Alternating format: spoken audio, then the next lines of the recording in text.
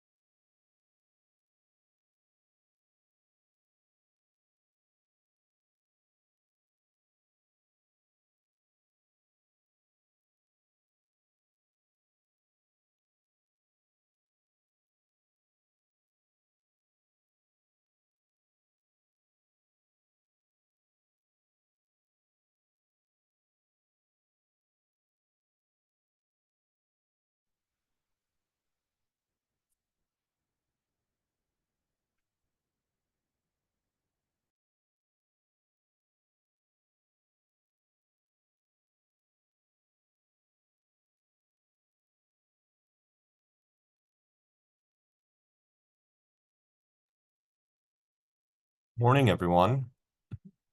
My name is Parin Katari, for those who have not met yet. I'm one of the directors of the Aspire program, which helps early career faculty gain national speaking experiences at outside institutions. And today I have the great pleasure of introducing Dr. Alex Stone, who is an anesthesiologist at the Brigham and Women's Hospital and an assistant professor at the Harvard Medical School. He completed his residency training at the Brigham and Women's, as well as a regional anesthesia fellowship at the Hospital for Special Surgery. He was the ASRA Pain Medicine Fellow of the Year in 2022. Clinically, he works part of the regional and orthopedic anesthesia teams, as well as the acute pain service.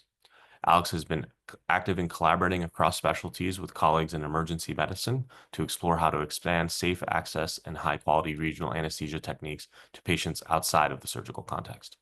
Dr. Stone is an active researcher who has authored and co-authored over 40 peer-reviewed manuscripts.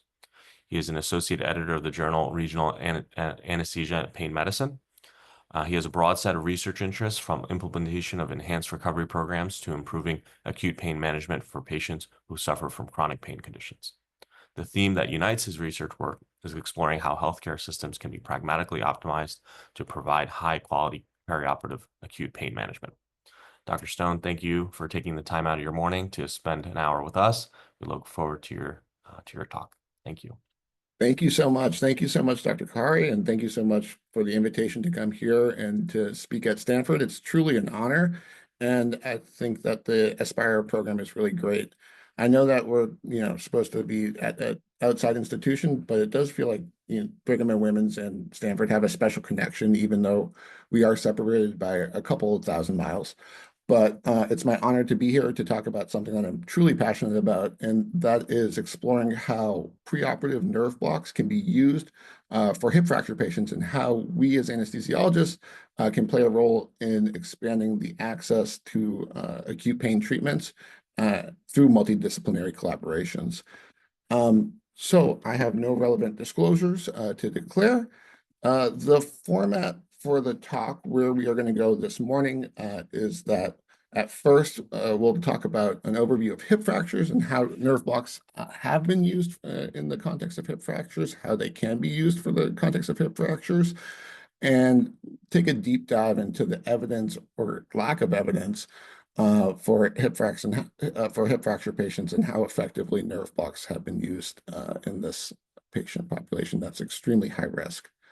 Then we'll go into a little bit more of a controversial section of the talk, and that would be the collaboration with emergency medicine and how we can best help each other.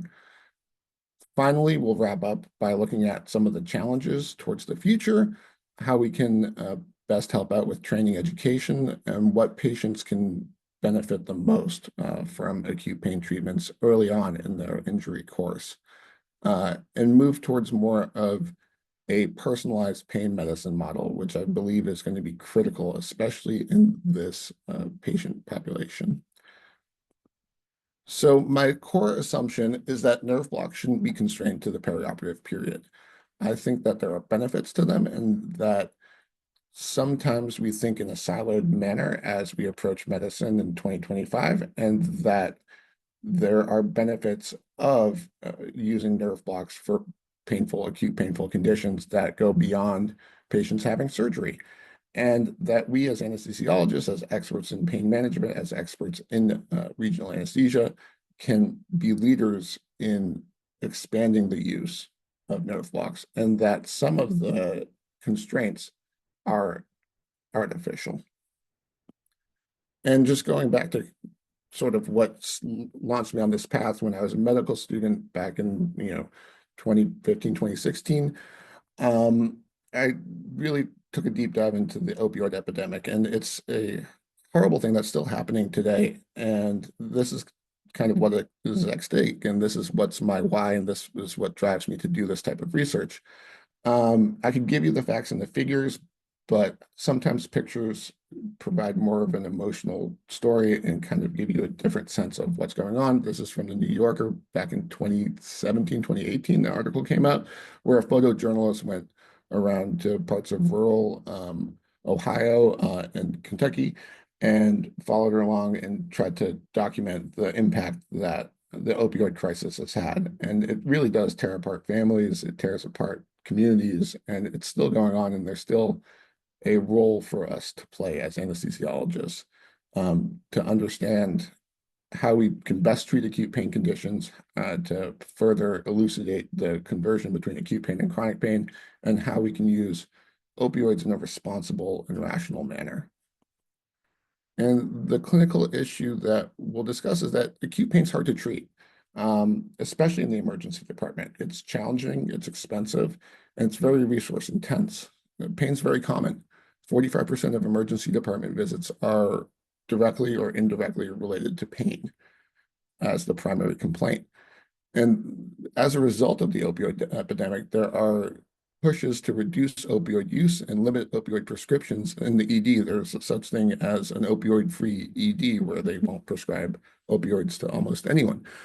This is in tension with a history of racial and ethnic disparities in terms of access to effective analgesia for extremely painful conditions like long bone fractures. And so we have to take that into consideration as well. It might not be best just to say no opioids for anyone, and we need to understand how to do it in a rational way. And so all of this makes nerve blocks an attractive option for the treatment of acute pain related to trauma. Nerve blocks, as we know, they're opioid sparing. They can be done at the bedside, and it uses equipment that is becoming ubiquitous in emergency medicine. Emergency medicine physicians have really pioneered the use of integrating ultrasound at the point of care into their practice. And in almost every single emergency department in the US, there are multiple ultrasounds available. There are ultrasound fellowships at almost all of the academic emergency medicine centers. And emergency medicine physicians are extremely facile with it. They also know how to use local anesthetics. Emergency medicine physicians perform procedures. They do sutures. They know how to, they're familiar with local anesthetics as well. And so this all makes nerve blocks an extremely attractive option for them. So let's shift our gears a little bit from kind of the overview, my background, my interest, and look more towards hip fractures. So for me, for my journey, it started with the REGAIN trial in 2021. As you all probably know, REGAIN trial, massive trial. I think that Stanford was a site. Brigham and Women's was definitely a site where we recruited a few patients, but it was 1,600 patients greater than 50 years old. And it compared general anesthesia to spinal anesthesia. Primary outcome was death and inability to walk at 60 days. And what they found is that they weren't able to show a difference in the composite outcome. There was a high rate of failed or aborted spinals. It was a massive trial. It was from a $11 million PCORI grant, and it sparked a lot of interest in looking at hip fracture patients and started a lot of controversy in terms of what is the best way of treating hip fracture patients. My concern is that dim the enthusiasm for regional anesthesia in these patients. And I come from it from a practical standpoint, having had discussions with surgeons who say, I want all my hip fracture patients to have GA, no more spinals because there's no evidence for it. It's not evidence-based, it's just as safe as spinal. Why would we take the time for it? Let's just go ahead and intubate everyone. And so we do see this in the common lay media. And I've had these discussions. All the Harvard medical students end up reading the New England Journal. I think it's, possibly because it's published here. So I've had this discussion with multiple Harvard medical students saying, oh, why are we even bothering with the spinal in these patients? It motivated me to write about it, but that's not the thrust of this talk. But it also got me interested in thinking about how we can use regional anesthesia for these patients to improve their care. So hip fracture patients are interesting, and you can go read those articles if you want, but it's not really the point of this discussion necessarily. So hip fractures are an interesting patient population to study. They are vulnerable adults. They're frail adults usually who fracture their hips. They're at risk for perioperative delirium and perioperative neurocognitive decline. There are possibly effective blocks, the femoral fascial iliaca and ping blocks, and these patients are at extremely high risk for morbidity and mortality at 1 year. It's common, so you all will treat hip fracture patients if you haven't already, as long as you're not doing pediatrics, but that's a separate story. But it's greater than 300,000 patients in the US. So there's also various phases of care for the hip fracture patient. So hip fracture patients are generally traumas that are being admitted to the ED and often getting operative fixation. And so anesthesiologists are often involved. So there's the pre-hospital trauma, there's the trauma of surgery, and generally we think of doing the nerve block before the trauma of surgery and seeing how they go. But the thought is, and the question that I have is, if we intervene earlier in the emergency department, is that going to change our outcome? But it's an interesting patient population because they are all getting admitted and they all are going to be followed up at some point by either an anesthesiologist around their time of surgery, if they are going to get surgery. And these patients are being exposed to opioids at a significant rate. It's not just that they are getting fractures and going home. This single center study from Cedars-Sinai down in Los Angeles found that about over 20% of patients were still filling opioid prescriptions 6 months after their surgery. So even in opioid naive patients, after they suffer a fracture, these are becoming long-term opioid patients on opioids. So we'll dive a little bit more into the evidence, and this part of the lecture is a little bit more dense because I do think that it's very important to understand what is the evidence that people are talking about when they are discussing whether or not nerve blocks are effective for hip fractures, especially for preoperative nerve blocks in that preoperative phase before patients are going for surgery. And this is one of the first studies back from 2013. It's a single center study, and they looked at adults greater than 55 years old who had painful hip fractures in the femoral neck or intertrochanteric fractures with normal neurovascular exams. And in this study, the emergency medicine physician did a femoral nerve block versus a placebo. So they injected saline. And they looked at the pain intensity over the first 4 hours, taking pain scores every 15 minutes, and then at 1 hour, 2 hours, and 4 hours. They also collected data on the opioid use, nausea, vomiting, other types of opioid-related adverse events. And what they saw, lo and behold, if you do a femoral nerve block, it works, which is not a surprise to anyone who does regional anesthesia. But at least for that first 4 hours, it did reduce pain scores, and they didn't see any difference in the adverse events, opioid-related drug events.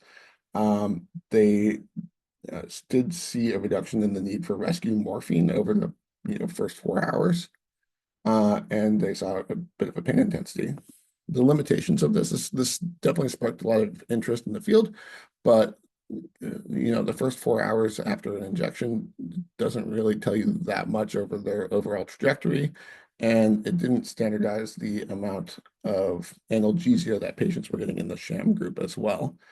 And so it's a great start, but it doesn't really tell you the information that you want to know because it's only 4 hours after the injury. And these patients are usually being admitted, hopefully getting surgery within the first 48 hours and then having to progress upon the world.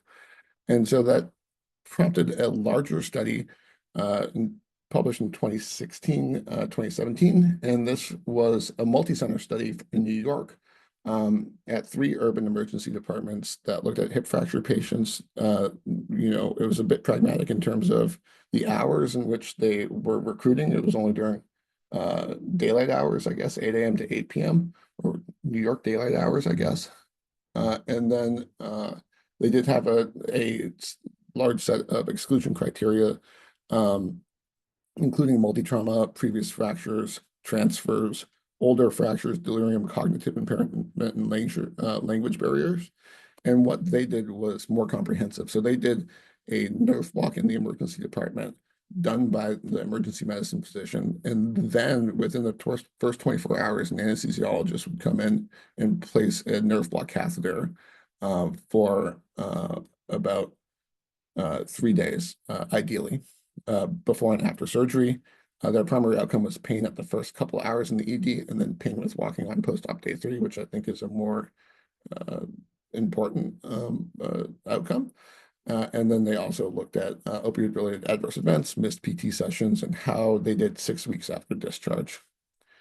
What's kind of disheartening, I guess, or difficult, and I haven't really seen this in too many of the consort flow diagrams, is that it took them 4 years to recruit for this study. They screened over 1,200 patients to eventually randomize 161 patients, and they included the dates of their screening, which was, a bit hard to see if you are thinking about replicating something like this. A lot of the patients didn't meet their eligibility criteria, which we'll discuss a little bit later in terms of patient selection. Not all hip fracture patients are probably appropriate for nerve blocks, and we do need a way of selecting for the patients who are going to be able to tolerate the procedure, but also who we think will benefit from it. And even in the patients who were allocated to the intervention, about 10% didn't end up receiving the nerve block in the emergency department for some reason. And another 10% had their nerve block catheter removed between post-operative day 3. So that also goes to show you that this is difficult to do from an operational standpoint, even in the context of a randomized controlled trial. They were able to show that mean pain scores were reduced in the emergency department at 1 hour and 2 hours, similar to the previous study. And they were able to show that with the nerve block catheter, at 3 days, there were reductions in pain with walking and pain with transfers after the surgery on postoperative day 3. At 6 weeks, they didn't see any significant difference, though. And those are the 2 big major randomized control trials when it comes to looking at hip fracture patients in the emergency department. There are some interesting retrospective studies. This is a large retrospective study from an excellent database in Canada, and it's the ICES database, and it looked at 15. It looked at a large group of patients who got hip fractures as well as a nerve block to see if there were any block adverse events that they could detect. So they used a composite outcome. They looked at falls, seizures, nerve injury, cardiac arrest, not super specific to blocks, and you'll see kind of how that pans out, but it was something that they could abstract from their database. It was in 91,000 patients, only 17% of them got nerve blocks. They were comparing patients who got nerve blocks and patients who didn't get nerve blocks. 1% of their population got patients in the emergency department. And they found that 5.8% of them had some of their nerve block composite possibly related adverse events, but they weren't able to detect a difference in the population of patients that received a nerve block and the populations of patients that didn't receive a nerve block, which kind of argues that their composite outcome might not have been as specific as they wanted it to be. They did report that patients that got multiple nerve blocks, especially those that got nerve blocks in the ED and then as well as before surgery, did have a 2.5-fold increase in possible adverse events according to their composite outcome. Another interesting large database retrospective study from Australia and New Zealand just came out in Brigham, I think 2022, 2023. It was a retrospective registry of 17,000 hip fracture patients in New Zealand. And primary outcome for this database was mortality within the first 48 months following surgery. So it's extremely long-term follow-up, especially in this patient population. They compared general anesthesia to spinal and nerve blocks in the OR and the ED to no nerve blocks. And overall, their observed mortality rate, which kind of gets at why this patient population is so vulnerable, it was 30% of their population within the first 48 months. They observed no difference in mortality between general anesthesia and patients who received spinal anesthesia. This is their Kaplan-Meier curve. And interesting for me is that patients that got nerve blocks in the ED and in the operating theater had a slight reduction in mortality at 5 years. However, when they did adjust for this, that was the unadjusted analysis. When they did adjust for covariates, that effect just slightly went away. So it was moving towards a signal, but did go away when they did adjust for age, gender, ASA grade, type of fracture, dementia, and then pre-admission walking status as well. So it's hard to say. It's a small effect, but it did kind of stir some hope in me that, there is a bit of an effect, especially a long-term effect. However, it is difficult to tie the connection of type of nerve block and nerve block to long-term outcomes like this. More work needs to be done. Another way of looking at this was this group that looked at all the patients who got hip fractures, and then they decided to do a cohort analysis to see which patients got delirious according to which patients developed a new diagnosis of delirium in the hospital and which patients did not develop a new diagnosis of delirium. And what they observed is that having no opioids and no nerve blocks in the ED, having no types of analgesia in the ED was associated with developing delirium. And this held true when they did their multivariate regression as well. Age and also the history of having neurodegenerative diseases obviously were other cofactors that were deemed to be significant. This is limited because it was only a few patients got a block, about 5% of their population, and there's an obvious selection bias as the patients who could be too sick for analgesia are the ones who aren't getting this, and these are the patients who are getting delirious, or a delirious patient wouldn't be a CAM positive delirious patient would not be eligible for a block anyways. But it does emphasize the importance of early analgesia as a potentially protective in this patient population as well. And then this is a study that actually my surgeons put me onto because they've been using this as kind of their most strong justification for why we're getting earlier nerve blocks.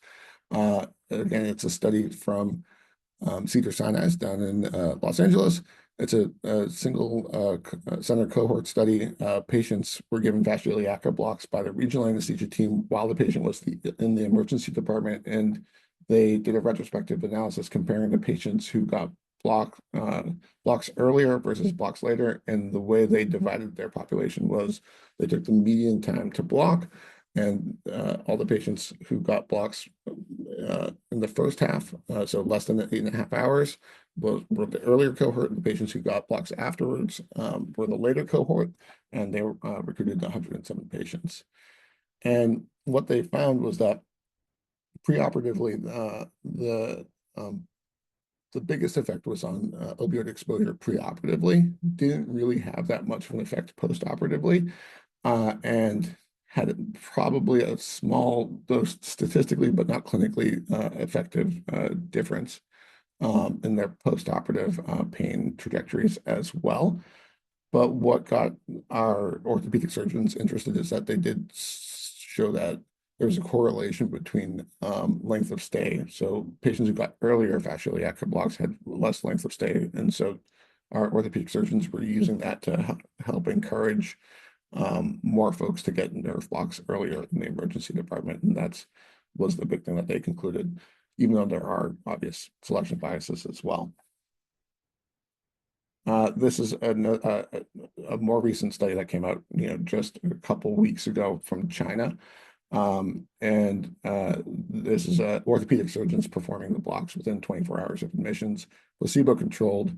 Again, they had to assess 1,600 patients to eventually randomize 80 patients to either get a nerve block with bupivacaine or normal saline. What they found is that pain scores at rest, there aren't that many, there isn't that big of a difference. Maybe a slight one at 12 hours, but again, not clinically different. What's kind of cruel is that they did pain scores on movement, especially on admission, and you see the pain scores are a little bit higher.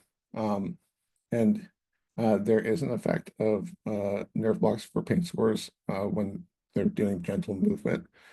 And there was no difference in the use of oral agents. So I think the lesson I take away from here is, don't move your hip fracture patients, especially before they have operative fixation. I don't think there's any evidence for early mobilization, at least before that they have done their repair.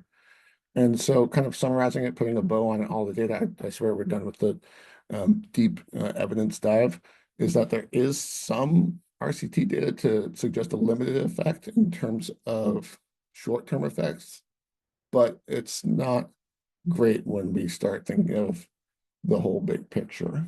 And we need to really know how patients are doing after their block and after surgery.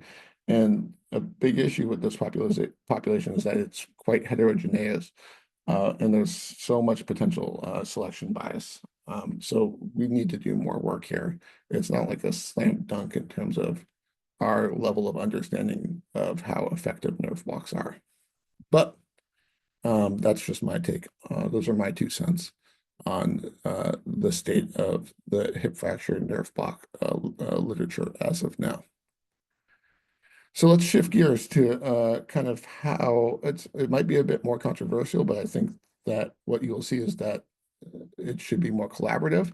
How we can work best with emergency medicine physicians and nerve blocks. And are they here to take our jobs? And my answer would be that they're not here to take our jobs and that we need to work together.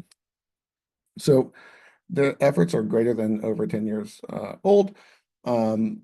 People have been exploring using nerve blocks and implementing nerve blocks for trauma for many, many years. Even before ultrasounds and ultrasound guided blocks, people were using nerve blocks for trauma. But more recently, surveys of academic emergency departments show that close to 90% of them are doing some sort of ultrasound guided nerve blocks, but it's very rare for them to have a credentialing pathway. Just as a plug for the future ASRA meeting coming up, I will be on a panel discussing, I think, with Dr. Mariano, the use of probe covers. And this is not how I recommend that we do probe hygiene without a probe cover and without sterile gloves and with a cutting needle.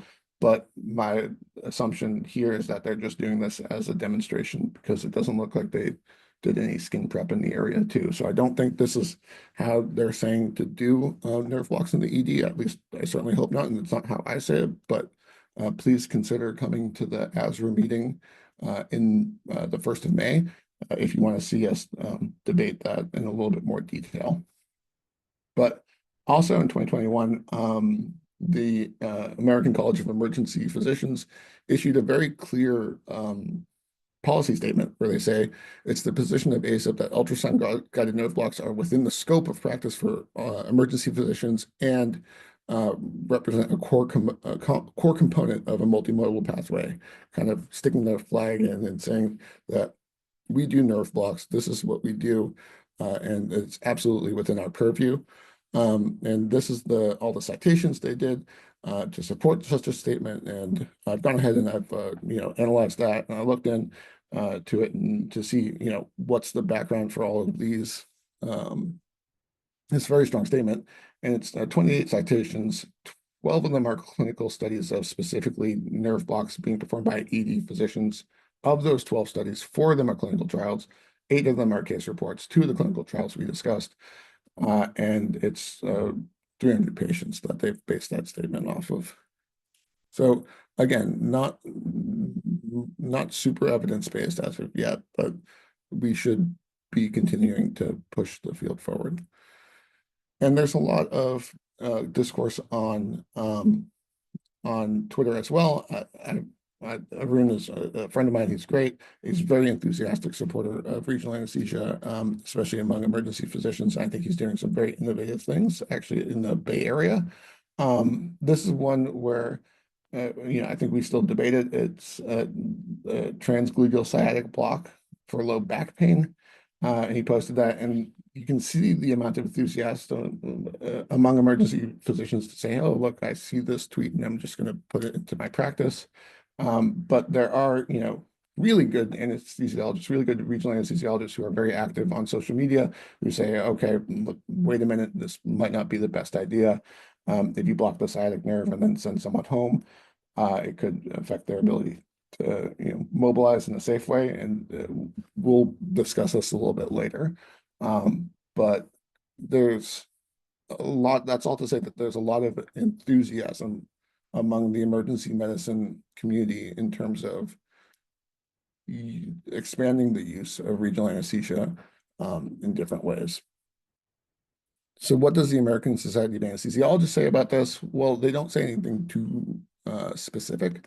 They say that regional anesthesia techniques are best performed by an anesthesiologist who possess the competence and skills necessary for the safe and effective performance, but not super specific on what the competence and safe skills are necessary.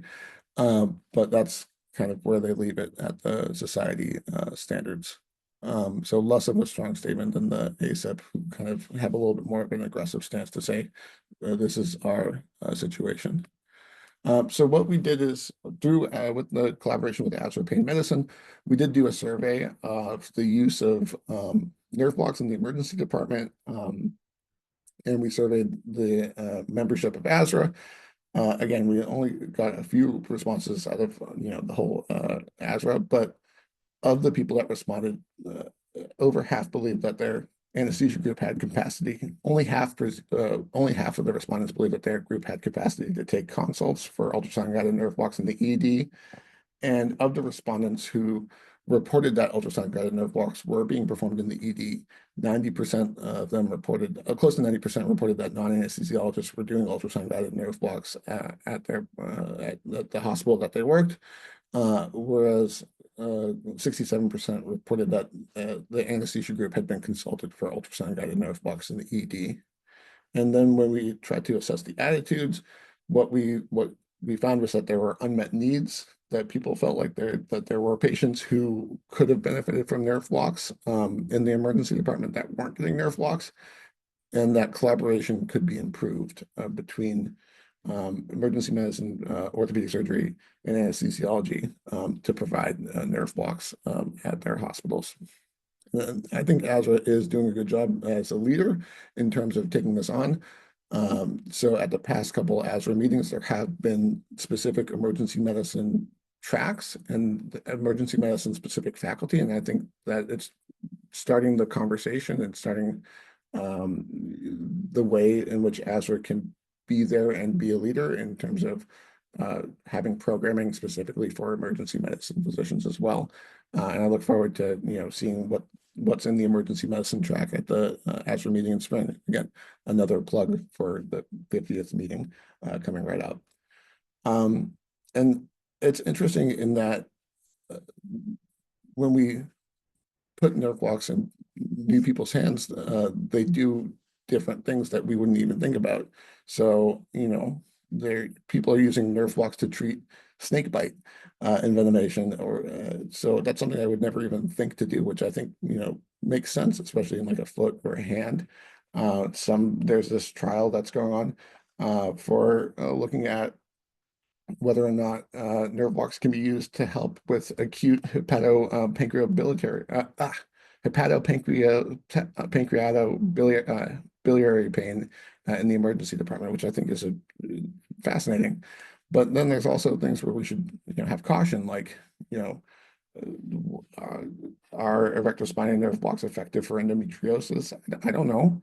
And if someone could explain kind of how an erectospinal nerve block would relieve chest pain from pneumonia, I don't quite understand the anatomical way that would work, but I'm always open to learning.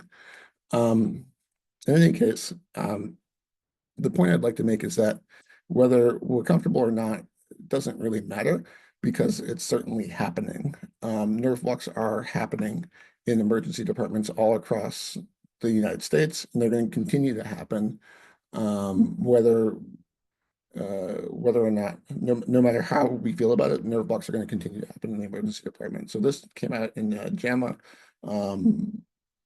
last month. It's a big collaboration of 11 emergency medicine departments.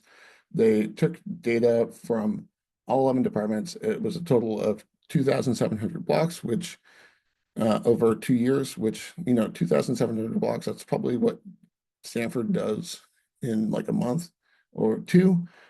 So it's happening at lower frequency, but it is happening.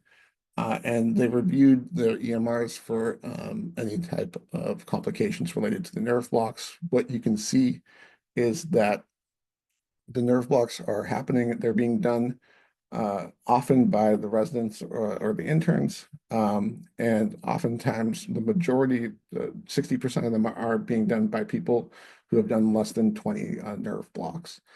And that's just the nature of how infrequent they are being done, and the less exposure that emergency medicine physicians have to nerve blocks.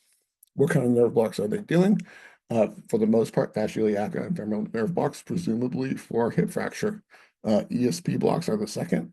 And then they do a wide range of blocks, but mostly at smaller intervals. Some upper extremity blocks, some blocks like the serratus nerve block, probably um, for rib fractures. They do clavipectoral blocks for clavicle fractures occasionally, but the vast majority of these are going to be the fascial and the femoral blocks.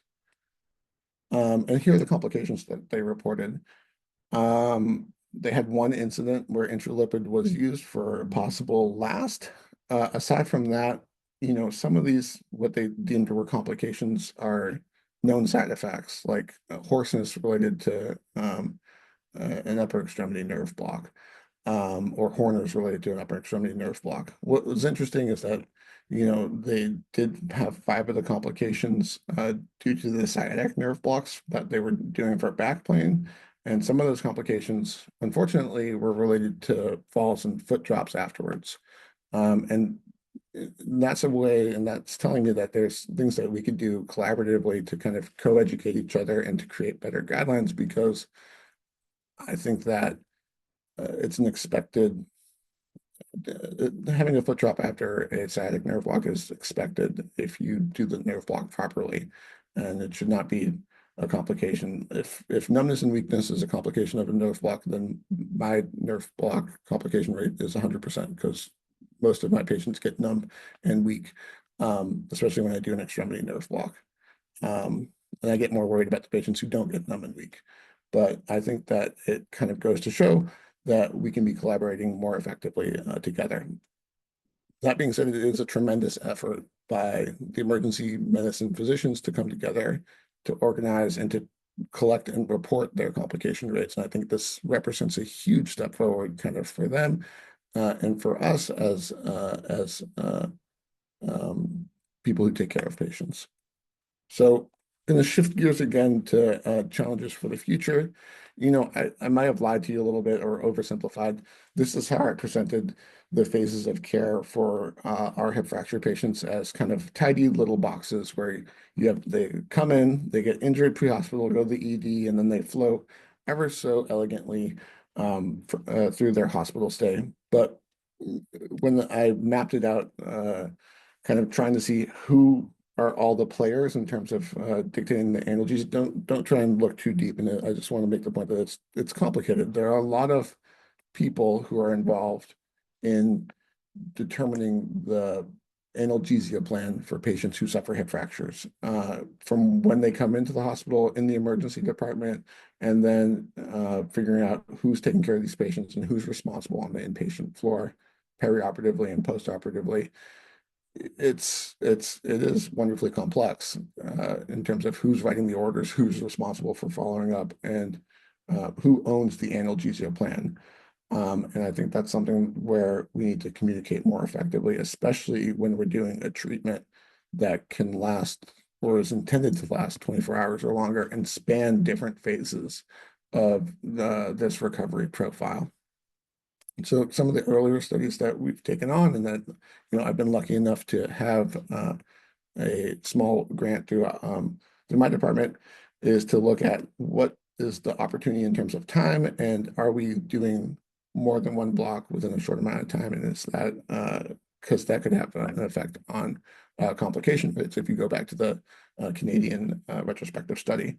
So this was from ASRA last year. We did a retrospective review of 200 patients who got nerve blocks in the ED to see if they're getting reblocked before surgery. What we found is that there are about 10% of patients who got a second nerve block in that first, 12-hour period after they got the nerve block in the ED, which is probably not ideal. But the majority of patients got blocks after the initial nerve block resolved. And not a lot of these patients got acute pain consults before surgery, at least. So what we're going to do going forward with this grant, this local grant that we have from our department, is to try and answer the question of who are the patients who are going to benefit most from a block, and look at the pain trajectories. So what are the patients who do pretty much okay as long as you don't move them beforehand, and then you have to focus on their pain after the incision and after the surgery and after you try and work with them in PT? Who are the patients who are in a large amount of pain, and who are the patients who are in kind of sort of amount of pain, and what are the profiles of these patients and who we should be intervening on, and when are these patients getting exposed to opioids? Is it in the ED? Is it not so much? And how we can personalize the treatments that we do, because we don't have the capacity to block every single patient that comes to the ED. And the evidence would suggest that not every patient who comes to the ED would benefit. It kind of is turning there is a fracture, I must fix it, famous YouTube into on its head. And we can't just be like, there is a hip fracture, I must block it. Not all hip fractures are the same, and we should strive for personalized acute pain medicine. And that's kind of what some of the early data suggests, is that femoral neck fractures may benefit more than intertrochanteric fractures. And we have to have some nuance in terms of which patients we're choosing and what's the treatment that we're doing for them. So looking for patterns, looking for the influence of patient factors, pain at rest, pain at movement, and then understanding whether or not the nerve blocks are having an effect on the types of pain trajectories and opioid exposures. These are the things that I'm going to be interested in looking at with our local data from Brigham and Women's and Mass General. We do have a fairly robust data set, and our emergency medicine colleagues have been blocking patients for quite some time. And so there is a good cohort of patients that have had nerve blocks in the ED to compare to the patients who haven't had nerve blocks in the emergency department. Again, looking for patient phenotypes, and also assessing for frailty scores. So the other benefit that we have is that our geriatric team um, is consulted on all of our patients and does a very comprehensive analysis on them, as well as frailty scores. I think that in terms of collaborating with the emergency department, the issues are not the technical performance of the block yet. You can teach almost anyone to do a nerve block. It's just that you need a system for caring for these patients beyond the nerve blocks. So nerve blocks are not equivalent to comprehensive acute pain management, and that's what we need for these patients.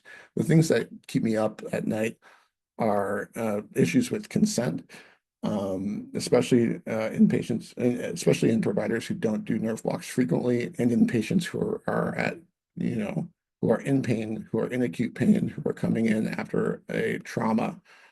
How in-depth are those conversations going to be at 2 a.m.? um, and how is capacity being analyzed? It's difficult consenting for regional anesthesia, and it takes some nuance. And that is something that's a skill that can be taught and should be taught probably more clearly, especially for people who don't perform nerve blocks very frequently.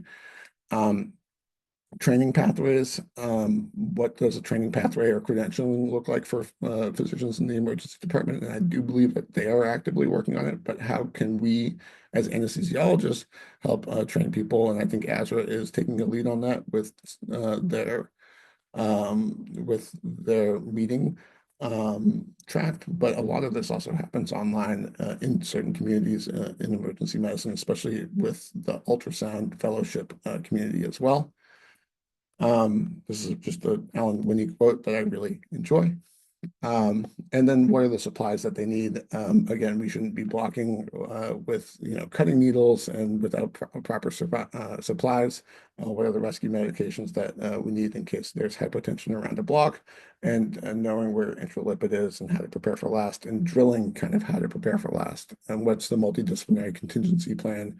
How can you do simulation, especially for these high acuity, low frequency events, and crisis management, especially integrating um, uh, emergency medicine physicians into that, where it's a crisis that is peri-procedural, and the management matters. And then setting standards. When I went down to block in the emergency room, sometimes because our acute pain team does go down there and is consulted to go down there, uh, you know, taking the time to get the nurse to participate in a timeout. And these are things that come naturally to us, but may not become naturally if blocks are not performed as frequently. Making sure that all the monitors on, that they're monitored, that patients are monitored appropriately afterwards, that we're not doing blocks in the hallway necessarily. I don't know what the emergency room is like at Stanford. At Brigham, it's always busy and there's always people in the hallway sometimes. So making sure that they have a private room with appropriate monitors, and then also having a plan for after the block wears off, because um, nerve blocks should be temporary. At least all good blocks should be temporary. And thinking about what are we bridging the patient to, how dense does the nerve block need to be to achieve my goal? These are things that we need to impress upon our emergency medicine colleagues as well. And clear and standard communication. I've had issues with nerve blocks being performed in the emergency department and then not documented for, until after the shift. So after the patient has gone to the emergency, after the patient has gone um, to the operating room, and the only communication was through the patient. And so we need to make sure that documentation is done in a standard and timely fashion so that all the teams participating in the care can know that the patient has had a nerve block. And so I'm just part of a huge team of mentors and collaborators, and this is an incredible research effort. And I'm super lucky to be at Brigham and Women's and to have such amazing colleagues in emergency medicine, in geriatrics, in orthopedic surgery, in anesthesiology. And so I'm just super duper grateful for the team. And I've gone over my time, but thank you so much. Happy to answer questions during the Q&A session, but this is my email. Please reach out. I'm happy to talk to anyone because, again, this is what I'm super duper interested in. This is my passion. So thank you all so much for attending, and yeah, Happy New Year. Thank you so much, Dr. Stone. Really appreciate your time and that interesting and controversial sort of presentation. Um, there's a couple questions in the chat, and if anyone else wants to speak live, please, raise your hand and we can unmute you. But to start in the chat, Dr. McKenzie asked, is there any treatment modality that reduces total opioid dose during the pre, intra, and postoperative periods? It's hard to say because I don't think many studies have looked at the total opioid dose. Some of them just take it chunks and just say, oh, we're just going to look preoperatively, we're just going to look postoperatively. And it's so heterogeneous, like in terms of what patients are getting there. And what determines your opioid dose is not necessarily the pain or the patient, it's the orders and the order sets. And you saw how many people are writing the different order sets and how many different factors there are that way. So I haven't found compelling data to say, oh, this will lead to that effectively when you look at things more pragmatically, because there are so many people involved in the care of these patients. So I don't have that silver bullet just yet to say, oh, yes, it is a femoral nerve block with 0.25% bupivacaine and a catheter. It's not as clear, even though that's when you look at some of these studies, that's what they would have you think. I think a follow-up or second question would be, any thoughts on using low-dose ketamine before moving to hip fracture patients to avoid opioids? I mean, sure, it's hard. I think it's difficult in a patient population that's at high risk for delirium, especially in the acute phase. Um, so it's not an unreasonable thought. I do get worried about, putting a patient on, if it's monitored appropriately, it's a reasonable alternative. But with the caveat that we are concerned about, overall cognitive brain health in this patient population. Thank you. Dr. Estrada, sort of opening up a conversation about what's the current policy at Stanford regarding hip fractures and ED treatment. I know we have a bunch of regional folks on the call if anyone wants to sort of chime in and discuss. I know definitely they do go down to the ED to do those blocks for the hip fracture patients, but would love to hear a little bit more about sort of that process and how you're consulted, et cetera. I'd love to hear that too, because yeah, it is variable. Like it's wildly context dependent, and it depends on kind of who's around and who's interested, and uh, it, it's it's it can lead to some issues with in terms of patient selection. But it's the same with us. We don't have a standardized pathway, and that would be the goal, is to say like, oh, this patient is definitely block eligible. It's a it's an X score of whatever, of Yeah, 4, which means like they're going to benefit from a block, and we need to be able to suss out those patients better. But I would like to know. I also would like to know what happens at Stanford, because I know at Brigham we are trying to standardize that, but again, it depends on who's on call and who's in the ED, and right. uh, it's difficult. Yeah, absolutely. Well, hopefully, if someone can post in the chat if they're willing to comment on that, that would be awesome. Oh, Dr. Sorwari put something in the chat saying, we get consulted once the fracture is confirmed, and the regional team goes down to assess and usually block, barring any contraindications, of course, and they are available 24/7. Someone from the regional team is available 24/7 to do that. That's awesome. I mean, I think that's definitely like more progressive than most. I've given this talk at other places too, where it is variable. And another thing that frightens me sometimes is a lot of the times, like from discussing with emergency medicine colleagues, they say like, oh, why don't you just send your resident down to do the block by themselves? And then I cringe a little bit, and I go like, we wouldn't send the resident down to go by. Maybe it's just us being conservative or whatever, but generally, especially when we're doing nerve blocks, they're all supervised by an attending anesthesiologist. And so I think making sure that there is more experienced supervision. I just don't want them like getting nerve blocks done by unsupervised emergency medicine residents. That frightens me for a lot of reasons. Yeah, and Miriam also astutely pointed out our residents would be supervised and fellows would be supervised day or night, Yeah, which is sort of definitely our philosophy across all subdivisions as well. same with us too. Like for all procedures, we're supervised. I mean, that's the thing, but I think that it's different with different specialties and things like that. Yeah, exactly. Different, We see that with the surgeons too, that they have a longer leash than we would sort of feel comfortable with our training residents too. So, sure. um, and to going, I guess, into looking to the future, but our ED is working on a new pathway to allow them to perform the fascia iliaca or femoral blocks, but that's still TBD. Yeah, and I think that's a lot of places are working on that too. I think hip fractures are probably the first. Everything is seeming to indicate that the hip fracture patient population is the ideal first kind of uh, not test population, but kind of initial population for bringing in nerve blocks into into the practice, because these patients are going to get admitted, and they can semi-standardize the pathway, and then from there, I think the goal would be to build it out a little bit more for more uh, a wider set of indications. Is there a strong interest from your ED group to start sort of creeping into this field as well? Have you gotten a lot of requests for Oh, training, or they're doing it. They're absolutely they're doing doing it it. already? Oh, they are 100% doing it. And Mhm. right now, it's just a matter of kind of figuring out how to best collaborate with them in terms of setting up standardized like templates, standardized Epic templates, and the communication is going to be huge. But they've already started doing it at the various sites. Our EDU is one of the sites in the JAMA article, Oh, uh, okay. That was and presented earlier. Yeah. Mhm. yeah, and so I think they're one of the lead sites for the JAMA article there, and I collaborate with our ED folks frequently about it. And so I do think it's, they are taking the lead on it, and they're very aggressive. But it's not And our you're job as anesthesiologists to like try and contain them. We're not trying to shape how they practice. Like they're not telling me how to do anesthesia. I'm not telling them how to practice. But I do think that there are things we can learn from each other. right. Um, and I think that's where we have to find the sweet spot. I don't think it's the job of us to say like, oh, you should be doing this way. But we have been doing this safely for a long time, and we do have a really good set of standards, and we can make our suggestions and make our expertise known. Right.